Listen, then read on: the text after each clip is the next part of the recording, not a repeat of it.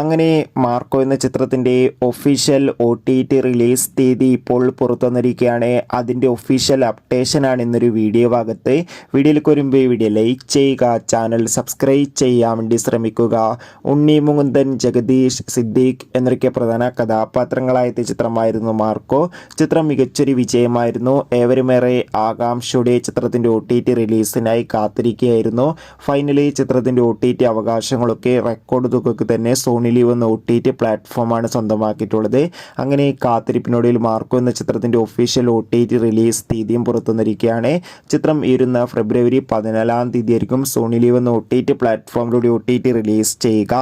കാത്തിരിക്കുക മാർക്കോ എന്ന ചിത്രത്തിൻ്റെ OTT റിലീസിനായി. ചിത്രം കണ്ടവരുടെ അഭിപ്രായം രേഖപ്പെടുത്തുക. കൂടുതൽ ജനുവരി, ഫെബ്രുവരി മാസങ്ങളിൽ OTT റിലീസ് ചെയ്യുന്ന ചിത്രങ്ങളുടെ വീഡിയോ നമ്മുടെ ചാനൽ ഭാഗം പരിശോധിച്ചാൽ നിങ്ങൾക്ക് കാണാം. അതൊക്കെ ഒന്ന് കാണുക. അടുത്തൊരു വീഡിയോയിൽ കാണുമ്പോൾ എവർക്കും ബൈ ബൈ.